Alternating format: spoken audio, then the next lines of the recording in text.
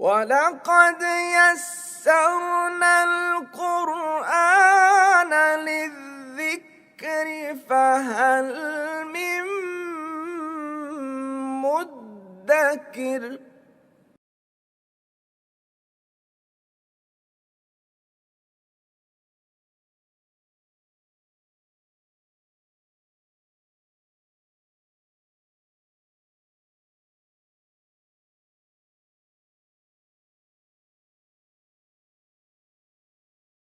بسم اللہ الرحمن الرحیم۔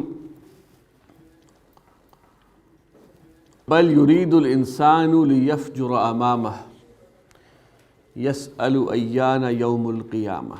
صدق اللہ العظیم۔ اس کی ترکیب کرتے ہیں۔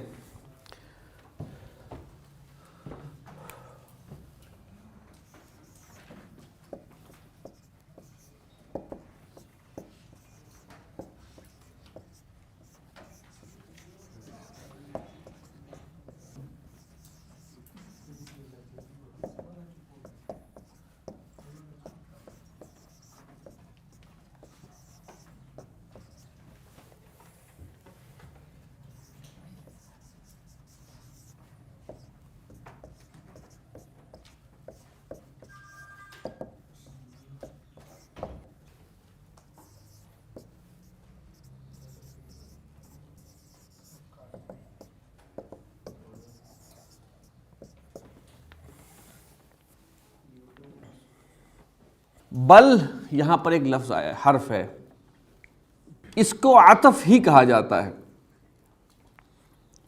اور بل کا کام یہ ہوتا ہے کہ یہ کلام کو ایک رخ سے دوسرے رخ کی طرف موڑ دیتا ہے۔ ٹھیک ہے، اس کو شمار عطف میں ہی کیا جاتا ہے، اور اس کی خصوصیت کیا ہے کہ یہ کلام کو ایک سمت سے ایک رخ سے دوسرے رخ کی طرف موڑ دیتا ہے۔ بلکہ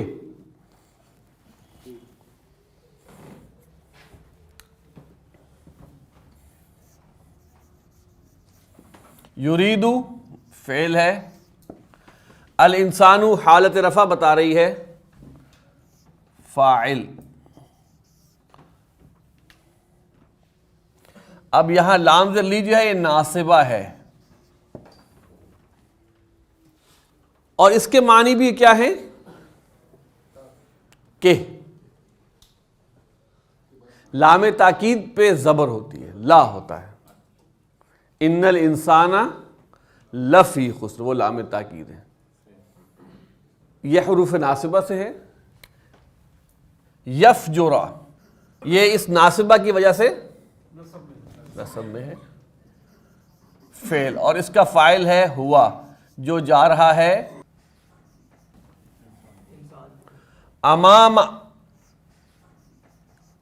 مضاف، اور ہو مضاف الیہ۔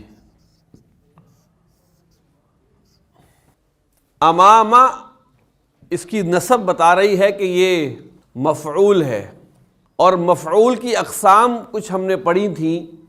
ایک سمپل مفعول ہوتا ہے جس پر فعل وارد ہوا ہو، اسے مفعول بھی کہتے ہیں، اور ہم سمپل مفعول کہتے ہیں۔ ایک مفعول مطلق ہوتا ہے، وہ منصوب اسم ہوتا ہے جو عموماً مصدر ہوتا ہے، اور جملے میں اس فعل کی انٹینسٹی کو، شدت کو ظاہر کرتا ہے۔ جیسے میں نے کہا تھا ضربتہ ضربن، میں نے اس کو مارا۔ اب یہ ضربن جو ہے یہ مصدر بھی ہے اور نصب میں بھی آ رہا ہے، مفعول مطلق ہے، میں نے اس کو ٹھیک ٹھاک مارا۔ تو عموماً جو ہے مفعول مطلق موسٹلی مصدر ہوتا ہے، ورنہ اور بھی ہو سکتا ہے۔ ایک ہوتا ہے مفعول فیہ، جس کو آپ ظرف بھی کہتے ہیں، یعنی کہ وہ اس جملے میں فعل کے واقع ہونے کے وقت یا جگہ کو بتاتا ہے۔ تو یہاں امامہ، خلفہ، قبلہ، بعدہ، یہ ویسے بھی استعمال ہوتے ہیں ظرف کے طور پہ۔ تو اس کو آپ ظرف بھی کہہ سکتے ہیں اور مفعول فیہ بھی کہہ سکتے ہیں۔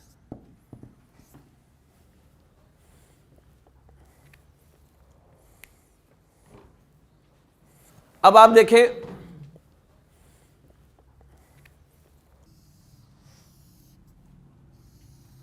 یہ حرف ناصبہ، فعل، فاعل اور مفعول فی مل کے جملہ فعلیہ. یہ بھی یہاں پہ بھی دیکھیں اگر آپ تو یہ فعل ہے، یہ فاعل ہے.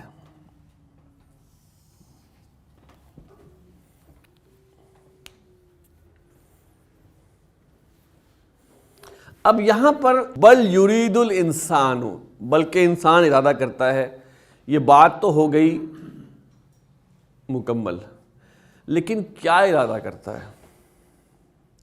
اگر ہم نے کل جو پڑھا تھا ان کی ہم نے اقسام پڑھی تھی،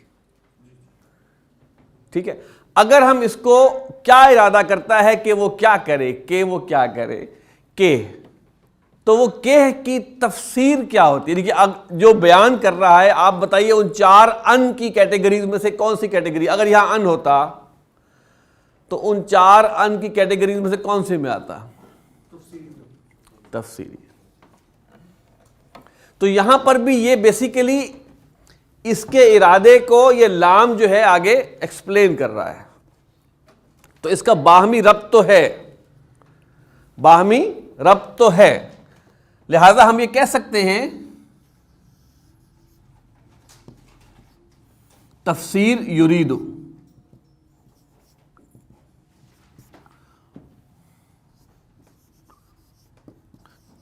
گویا اس جملہ فعلیہ کے اندر ایک فعل استعمال ہوا ہے جو اگلا جملہ اس کی تفسیر بیان کر رہا ہے. یہاں پر فعل آیا ہے یریدو، اس کا مادہ ہے را، واو اور دال، اور بعض جگہ اس کا مادہ استعمال ہوتا ہے را، یا اور دال، لیکن زیادہ تر را، واو، دال سے ہے. باب افعال سے ارودا یرویدو سے بنے گا ارادا یریدو، ارادا یریدو ارادتن، ارادہ کرنا. ارادہ کرنے کے بعد قرآن مجید میں ہم دیکھتے ہیں با کی پریپوزیشن بھی آتی ہے. یرید اللہ بکم الیسر، یرید اللہ بکم، جس کے ساتھ ارادہ کیا جائے اس کا با لگتا ہے، اور جو ارادہ کیا جائے وہ عموماً لام زیر لی لگتا ہے. یریدون لیطفئوا نور اللہ، تو جو ارادہ ہوتا ہے وہ فعل ہوتا ہے، جو ارادہ کر رہا ہے وہ کسی چیز کا، وہ جملہ فعلیہ ہوتا ہے، اس سے پہلے لام زیر لی لگتا ہے.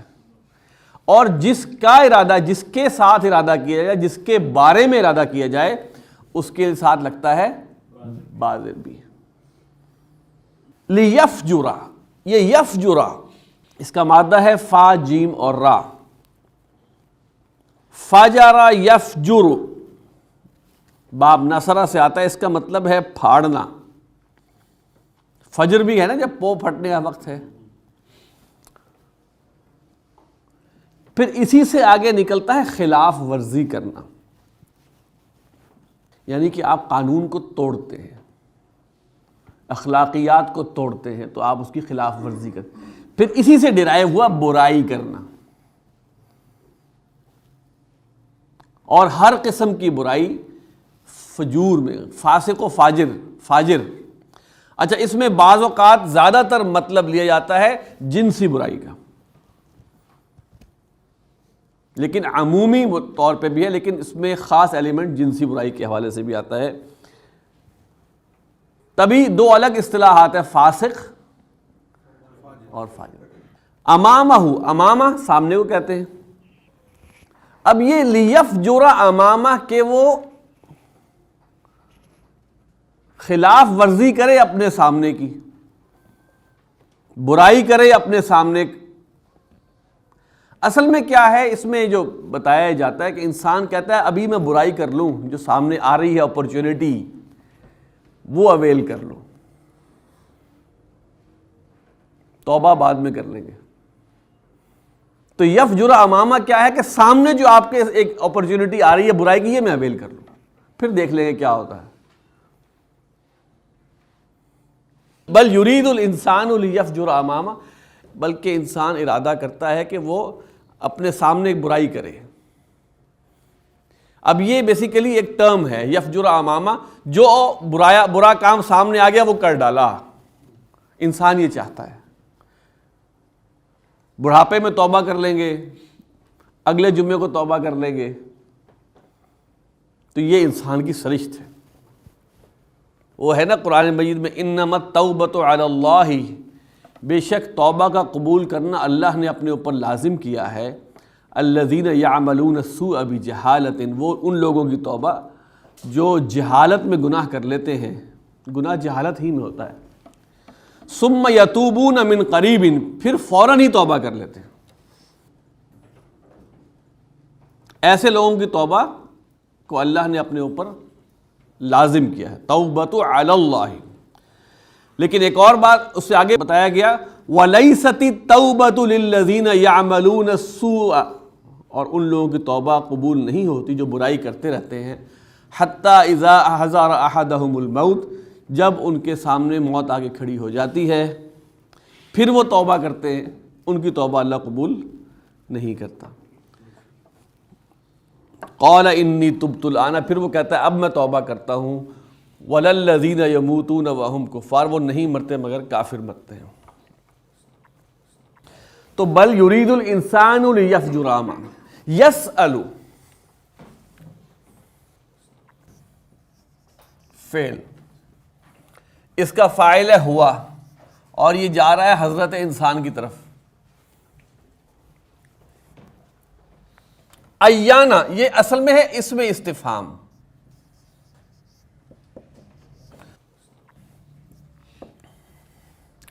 اب جب اسم ہے تو یہ مبتدا ہو سکتا ہے یا خبر ہو سکتا ہے۔ استفہام، اسم استفہام۔ اب جب اسم ہے تو یا یہ مبتدا ہو سکتا ہے یا خبر ہوتا ہے۔ عموماً ہم دیکھتے ہیں کہ جب ہم کہتے ہیں یہ کیا ہے اور کیا ہے، یہ تقدیم و تاخیر انداز کرنے کا مختلف ہے، سوال اصل میں مقصود ہوتا ہے۔ عموماً سوال میں خبر کو پہلے لے آیا جاتا ہے، جس کا جواب چاہیے ہوتا ہے، اس میں کیا لگ جاتا ہے۔ تمہارا نام کیا ہے، تو عربی میں ہوگا ما اسمو کا، ما پہلے آ جائے گا۔ لیکن بہرحال اس میں دونوں رائے ہیں، اس کو آپ سمپل مبتدا، کچھ لوگوں کے نزدیک یہ خبر مقدم ہے، وہ بھی ٹھیک ہے، لیکن ہم مبتدا کہیں گے۔ یوم القیامت، یوم مضاف، مضاف اور مضاف الیہ، مرکب اضافی،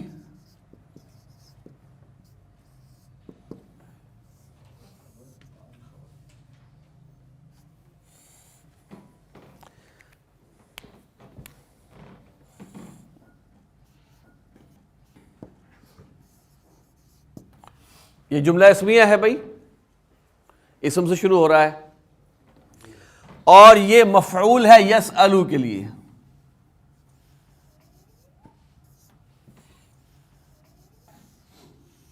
جیسے اصل میں یسألو کے اندر کیا ہوا، یقولون، وہ سوال کرتے ہوئے بولتے ہیں نا، اور جو بولتے ہیں وہ کیا ہے، ایانا یوم القیامہ، یہ انہوں نے سوال کیا۔ تو ہم اس کو قالا اور مقولہ کے ساتھ ملائیں گے۔ قالا اس نے کہا اور جو بات کہی وہ مقولہ ہے، سألا اس نے پوچھا اور جو پوچھا وہ مسئولہ ہے، تو اس کو مفعول کہہ لیں آپ، ٹھیک ہے۔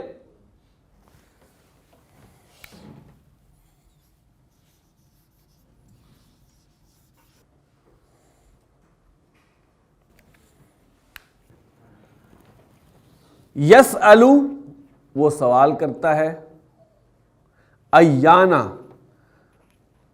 کب ہوگا، یوم القیامتی قیامت کا دن۔ تو آپ یہ سوچیں کہ انسان نے کیا کیا کام کیے. پہلے انسان نے یہ کام کیا الن نجمع عظام، انکار کی صورتیں دیکھیں کہ ہم ہڈیوں کو اکٹھا کر نہیں سکتے. نہیں، اللہ تعالیٰ کہاں سے ہڈیاں اکٹھی ہوں گی؟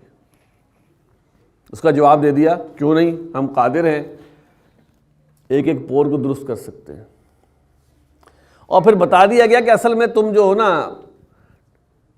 حقیقت کو ڈینائی کرتے ہو. تم نے چونکہ سامنے گناہ آیا ہوتا ہے، تم نے کرنا ہوتا ہے، اپرچونٹی اویل کرنی ہوتی ہے، تم ڈینائی کرتے ہو. ٹھیک ہے، پھر انسان ایک اور بات کر دیتا ہے، کب ہے قیامت؟ دیکھی جائے گی جب آئے گی قیامت، پتہ نہیں آنی ہے نہیں آنی، کیا ہونا ہے. گویا جبکہ پہلے قسم کھا لی گئی ہے، اقسم بیوم القیامہ، کہ وہ تو ہونا ہی ہے. لیکن انسان کا طریقہ کار بتایا جا رہا ہے. یہاں انسان کی سائیکالوجی کا ذکر ہے کہ وہ کیسے اپنے تئیں جھٹلاتا ہے، ڈیلیئنگ ٹیکٹکس استعمال کرتا ہے اپنی اصلاح کی، اپنے توبہ کے لیے، توبہ کو ایوائڈ کرنے کے لیے کتنا ڈیلے کرتا ہے. کیونکہ اس کو پتہ ہے یار یہ کام، یہ ابھی منفعت حاصل ہو رہی ہے، یہ گناہ کر لوں، فلاں کر لوں، ہو جائے گی قیامت، دیکھی جائے گی. کب ہوگی قیامت؟ ایان یوم القیامہ. یہ ہم سب کا، اگر ہم اپنے دلوں میں جھانکیں تو ہم سب کا یہی، یہ ہماری سائیکالوجی یہی ہے.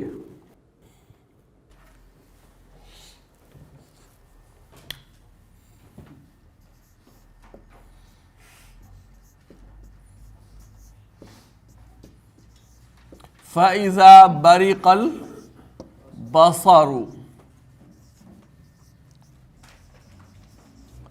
وَخَسَفَ الْقَمَرُ.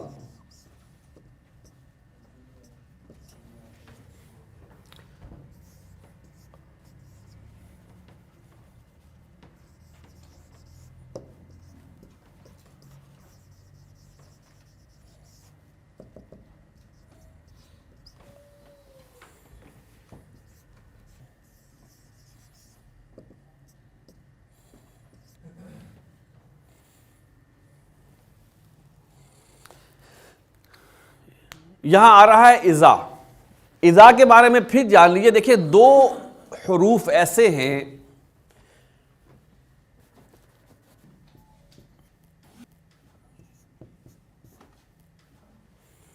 از اور اذا، یہ دونوں حروف جب کے معنی دیتے ہیں.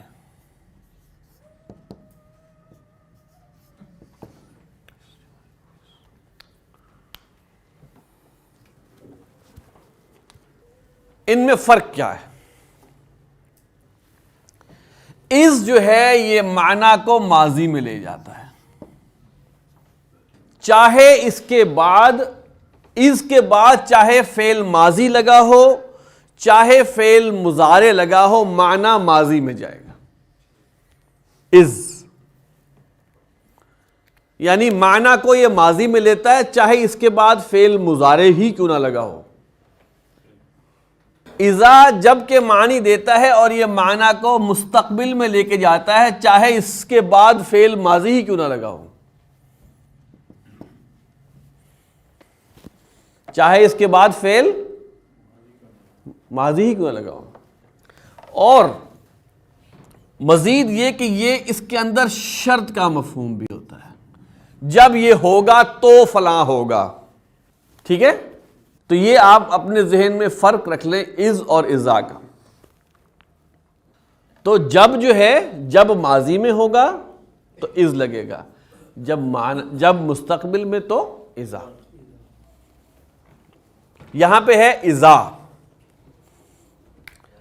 اور یہ دونوں کے دونوں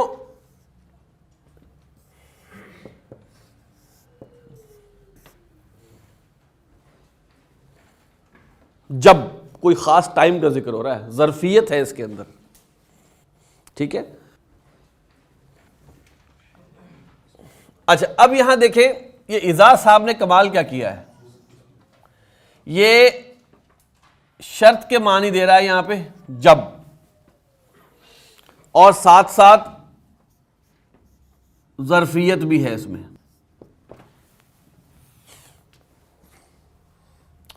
بارقہ فعل ہے، البصر اس کا فاعل ہے.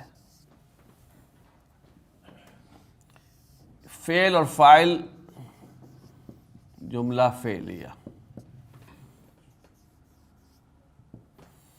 معطوف علیہ یہ کیا چیز ہوتی ہے؟ واو حرف عطف ہے، ٹھیک ہے.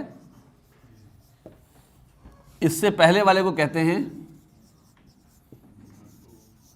جس پر عطف دیا جا رہا، اور اس کے بعد والے کو، مثال کے طور پر حامد و زید صالحان، ٹھیک ہے. میں مثال دے رہا ہوں سمجھانے کے لیے. حامد صاحب جو ہے یہ معطوف علیہ ہے،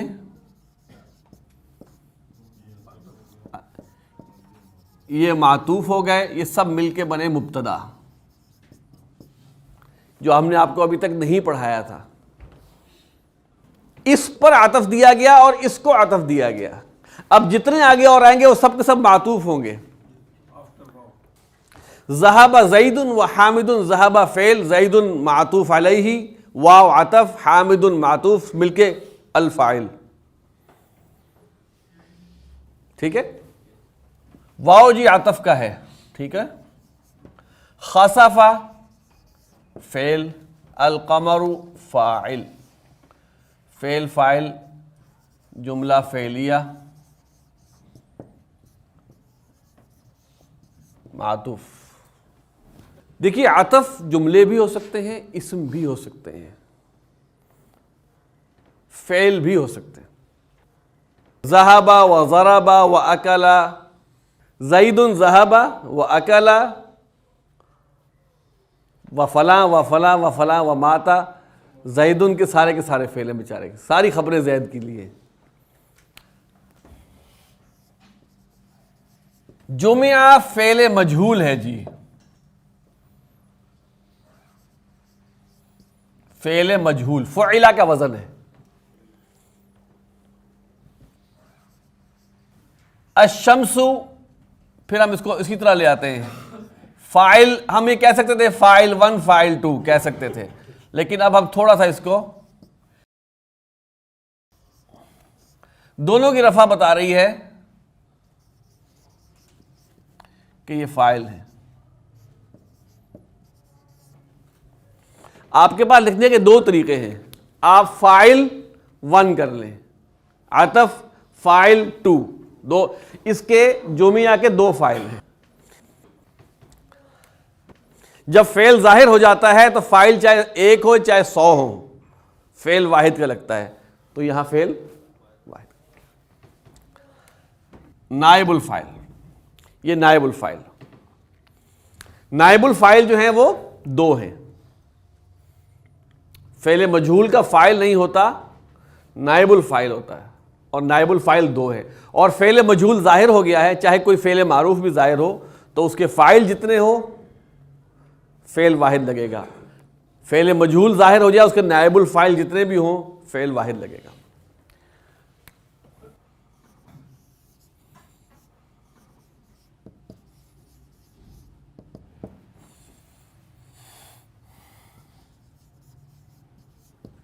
اچھا جناب، اب یہ تمام کے تمام جو معطوفین ہیں اور یہ حضرت یہ مل کر ایک شرط کا مفہوم دے رہے ہیں.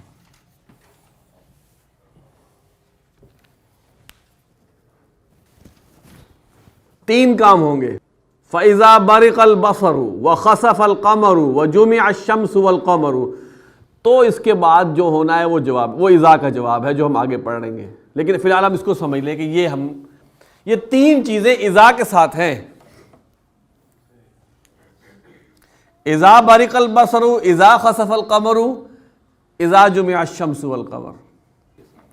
برق یبرق باب سمع سے آتا ہے، اس کے معنی ہوتے ہیں بجلی کا چمکنا. زیادہ تر اس کے معنی بجلی کے چمکنے کے لیے آتے ہیں. برق یبرق باب سمع. لیکن اگر اس کے بعد البصر آ جائے تو یہاں آنکھوں کا چندھیا جانا. بارق البصر آنکھوں کا چندیانا، آنکھ چندیا گئی، بینائی چندیا گئی۔ البصر کہتے ہیں بینائی کو، یہاں آنکھ کے معنی میں بھی آ سکتا ہے۔ ہمارے ہاں جو ترجمہ کریں گے ہم یہ کہیں گے بینائی چندیا گئی، تو شاید ہمیں سمجھ نہ آئے۔ ہمارے ہاں جو محاورہ کیا ہے، آنکھیں چندیا جائیں گی۔ اب یہاں البصر سے مراد کل آنکھیں ہیں، یعنی کہ تمام آنکھیں چندیا جائیں گی۔ وَخَسَفَ الْقَمَرُ، دیکھیں خسف باب ضربہ سے آتا ہے، خسف یخسف، باب ضربہ دھنسا دینا، اور خسف القمر آتا ہے چاند گرہن کے لیے بھی، چاند کے دھنسنے کے لیے بھی آتا ہے اور چاند گرہن کے لیے بھی آتا ہے۔ تو صلاۃ الخسوف چاند کا گرہن خسف ہے اور سورج کا گرہن کسف ہے۔ اذا برق البصر، جب آنکھیں چندھیا جائیں گی، جب نظریں چندھیا جائیں گی۔ وخسف القمر، اور چاند گہنایا جائے گا، چاند کو گرہن لگ جائے گا، پرماننٹ گرہن۔ چاند اب وہ ترجمہ کر لیتے بے نور ہو جائے گا، گرہن لگنے سے مطلب یہی ہوتا ہے کہ وہ بے نور ہو جاتا ہے۔ وَجُمِعَ الشَّمْسُ وَالْقَمَرُ، اور جمع کر دیا جائے گا۔ دیکھیے اذا کی وجہ سے، حالانکہ سارے جمعہ فعل ماضی، خسفہ فعل ماضی، برقہ فعل ماضی، اس سب کے معنی کو مستقبل میں یہ بھائی صاحب لے کے گئے ہیں اذا۔ اگر اذا نہ ہوتا تو یہ سب فعل ماضی تھے، اور شرط کا مفہوم لے کے آیا۔ اب یہ خسفہ واحد مذکر غائب فعل ماضی معروف، جمعہ واحد مذکر غائب فعل ماضی مجہول، اور برقہ واحد مذکر غائب فعل ماضی معروف، اور جمع کر دیا جائے گا سورج اور چاند کو۔ جب ایسا ہوگا تو کیا ہوگا وہ اب ہم پڑھتے ہیں۔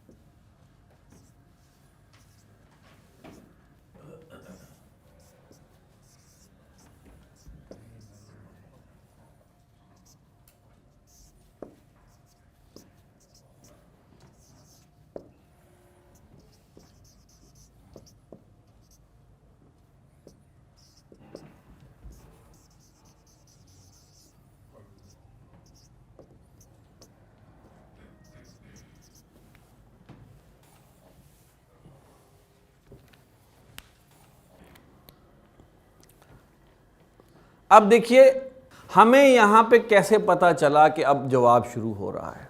اس لیے کہ اسلوب بدل گیا۔ یہاں اور کوئی علامت نہیں ہے جواب شرط کی، سارے فعل ماضی چل رہے تھے، ٹھیک ہے؟ اب اسلوب بدل گیا، تو یہ دلالت ہے اس بات کی کہ یہ جواب ہو سکتا ہے۔ لہذا اب یہاں دیکھیں گے، اس سے پتہ چل رہا ہے کہ یہاں سے جواب آ رہا ہے۔ یہ یقولو فعل ہے، فعل مضارع، الانسان اس کا فاعل ہے۔ یہ یوم اذن جو ہے یہ ایبریویشن ہے، مخفف ہے، کس کا؟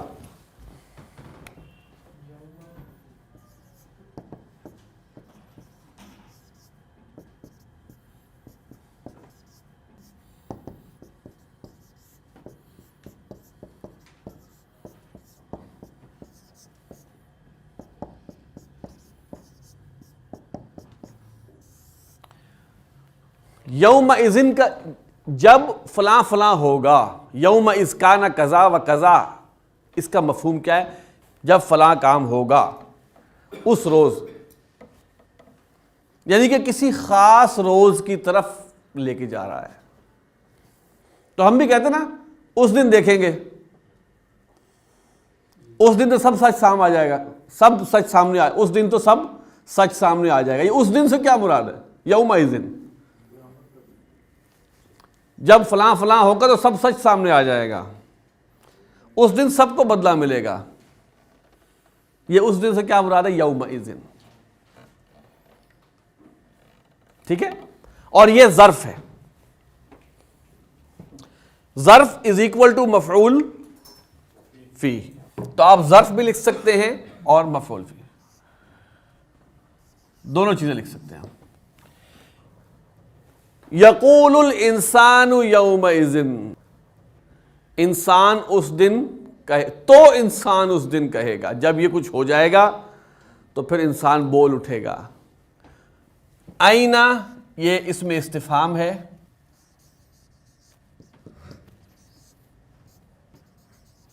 مبتدا بھی ہو سکتا ہے اور خبر مقدم بھی، بلکہ اس کو ہم بالکل ایسا ہی کریں گے، خبر مقدم، اور المفر مبتدا مؤخر۔ این المفر جملہ اسمیہ، اور یہ جملہ اسمیہ ہے یقولو کے لیے۔ کیا ہے یہ؟ یقولو جب آئے گا تو مقولہ آ جائے گا، مقولتن، یعنی کہ بمنزلہ مفعول۔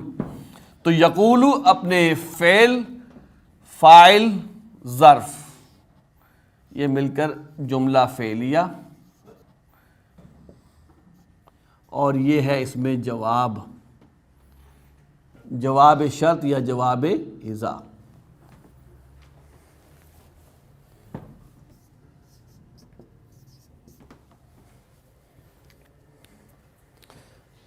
کلا لا وزر، کلا جو ہے یہ زوردار نفی کے لیے آتا ہے۔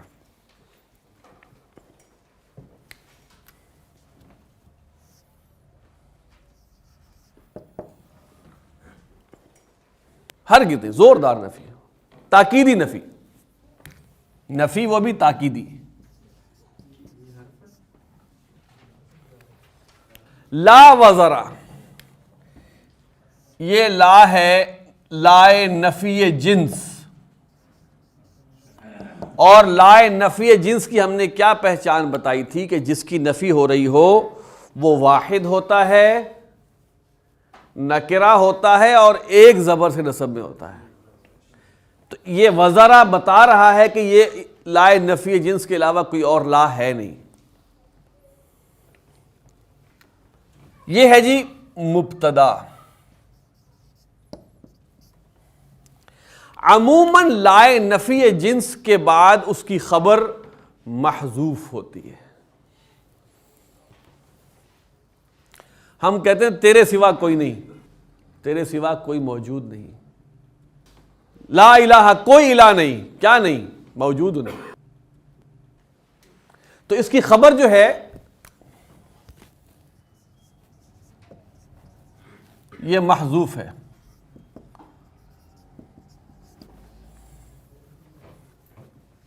یہ تاکیدی نفی، یہ اس کا حصہ نہیں ہے، سوری، تاکیدی نفی الگ رہے گی، یعنی کہ یہ نفی کس کی کر رہا ہے؟ جو انسان اس وقت بولے گا این المفر، اس کی تاکیدی نفی، ہرگز نہیں، یہ اس کی نفی کر رہا ہے، لہذا یہ اگلے جملے کا حصہ نہیں ہے۔ جیسے لا، نعم، بلا، بل، ٹھیک ہے؟ اسی طرح کلا، یہ پچھلے جملے کی، پچھلی کسی بات کی نفی کر رہا ہے، کلا۔ لا وزرا، لا وزرا موجود، ہاں جملہ اسمیہ، خبر اس کی محذوف ہے، اور وہ کیا ہے؟ موجود۔ جیسے میں کہتا ہوں القلم فی المحفظۃ، قلم بستے میں ہے، کیا ہے؟ القلم موجود فی المحفظۃ۔ یہاں پر آیا ہے المفر، اس کا مادہ ہے فا، را اور را، باب ضربہ سے آتا ہے، فر یفر، فرار ہونا، اور المفر جو ہے یہ المفعل اسم الظرف ہے، فرار کی جگہ. این المفر، کہاں ہے فرار کی جگہ؟ تو جب وہ سب چیزیں ہو رہی ہوں گی، آنکھیں چندھیا جائیں گی، چاند گہنا جائے گا، چاند اور سورج اکٹھے کر دیے جائیں گے، تو انسان کہے گا کہ اس سب مصیبت سے فرار کی جگہ ہے کوئی؟ تو آئے گا کلا، ہرگز نہیں. لا وزر، وزر واو زا اور را مادہ ہے. باب ضربہ سے آتا ہے تو اس کے معنی ہوتے ہیں بوجھ اٹھانا. وزر یزر، وزرن ایک اسم ہے، یہاں پر اسم استعمال ہوا ہے وزرن. اس کے معنی ہے چھپنے کی جگہ، پناہ گاہ. کلا، ہرگز نہیں. لا وزر، کوئی چھپنے کی جگہ نہیں، کوئی پناہ گاہ نہیں.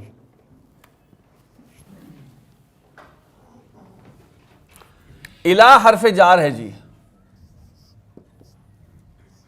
رب مضاف کا مضاف الیہ، مضاف مضاف الیہ مل کے مرکب اضافی اور مجرور. ربی کی زیر بتا رہی ہے کہ الہ کی وجہ سے مجرور ہے. جار اور مجرور متعلق خبر یا قائم مقام، قائم مقام خبر. یومئذ اصل میں تھا یہ یومئذ، لیکن ملانے کے لیے یہ نون لگایا گیا. دیکھیے یہ جو نون کا اضافہ ہوتا ہے یہ دو طرح کے نون کا اضافہ ہوتا ہے. زیدون العالم، یاد آ گیا؟ عالم زید کہنا ہو تو زید، یہ نون، اسے کہتے ہیں نون قطنی. قطنی چھوٹا نون یا چھوٹے نون قرآن مجید میں نظر آئیں گے، دو طرح کے ہوں گے چھوٹے نون جو لکھے ہوئے. ایک ہے نون قطنی، یہ وہ نون ہے جو تنوین کے اثر کو آگے ملانے کے لیے دیا جاتا ہے. تنوین ختم کی جاتی ہے، چھوٹا نون لگایا جاتا ہے. جیسے زیدن العالم ہم نے کہا، تنوین کو آگے ملانے کے لیے. اور دوسرا ہوتا ہے نون وقایا.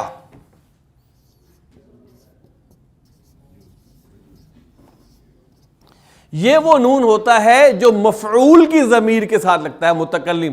اس نے مجھے مارا، ضربنی، یہ نون اضافہ ہے. تو جب مفعول کے ساتھ لگے گا تو اسے نون وقایا کہیں گے، اور جب تنوین کو ایڈجسٹ کر رہا ہے آگے ملانے کے لیے تو نون قطنی. تو یہ نون کون سا ہے؟ یہ قطنی ہے. متکلم کے ساتھ لگتا ہے نا. ضربہ، اگر میں مثال کے طور پہ کہوں اس نے مجھے مارا تو مجھے ضربہ وہ یہ نون ہے. اچھا المستقر یہ ہے مبتدا مؤخر. اچھا یہ یومئذ جو ہے یہ ظرف ہے. اب یہاں اس کو مفعول فی ہی نہیں کہیں گے، حالانکہ پچھلے جملے میں یہاں ہم نے کہا تھا اس کو مفعول بھی کہہ سکتے ہیں، مفعول فی ہی. کیوں؟ یہ جملہ فعلیہ تھا. جملہ اسمیہ میں مفعول فی ہی نہیں کہیں گے، کیا کہیں گے؟ ظرف. یہ جملہ اسمیہ بن رہا ہے، تو یہ ظرف ہے اور یہ مبتدا مؤخر ہے. یہاں ال کی وجہ مبتدا ہونا بھی ہو سکتا ہے، لیکن ال کی وجہ یہاں اصل ٹھکانہ بھی ہے. المستقر، دی شیلٹر. ٹھیک ہے. اچھا اب یہ دیکھیے اصل میں تھا المستقر الی ربک یومئذ، ٹھکانہ تیرے رب کی طرف ہے اس دن، لیکن تیرے رب ہی کی طرف ٹھکانہ ہے. اب یہ تقدیم و تاخیر جو ہوئی ہے اس نے ہی کا مفہوم، حصر کا مفہوم پیدا کر دیا. تیرے رب ہی کی طرف اس دن ٹھکانہ ہے. تو یہ مبتدا مؤخر ہے اور یہ جملہ اسمیہ.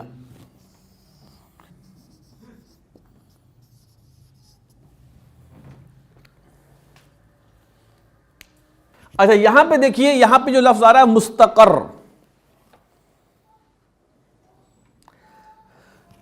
اسی مادہ ہے قاف را اور را. باب ہے استفعال. قاف را جب باب استفعال سے آتا ہے، استقر یستقر استقرارا، تو اس میں ہوتا ہے ٹھہر جانا، بلکہ پکا ٹھہر جانا، یعنی کہ پکا ٹھکانہ. ایک ہوتا ہے نا پرماننٹ ایڈریس اور ایک ہوتا ہے ٹیمپرری ایڈریس. تو یہ پرماننٹ ایڈریس ہے. ٹھیک ہے جی. قاف را اور را، اور یہ اسم الظرف ہے. مزید فی کے اندر جو اسم المفعول ہوتا ہے وہی اسم الظرف ہوتا ہے، اگر آپ کو یاد ہو. اسم الظرف جو پڑھایا تھا آپ کو، اس میں بتایا تھا کہ ابواب ثلاثی مزید فی میں جو اسم المفعول کا وزن ہے وہی اسم الظرف کا وزن ہے. تو المستفعل اس کا وزن ہے، مستفعل، مستفعل اسم الفاعل، مستفعل اسم المفعول، اور وہی اسم الظرف کا وزن بھی ہے. تو ٹھہر جانے کی جگہ، ٹھکانہ. ٹھیک ہے جی. تو الی ربک یومئذ المستقر، تیرے رب ہی کی طرف اس دن اصل ٹھکانہ ہے. اب یہاں ال کا ہم اور فائدہ لے رہے ہیں. اس دن یقول الانسان یومئذ، اس دن انسان کہے گا، اسی دن اس کو جواب مل جائے گا. لا وزر الی ربک یومئذ المستقر.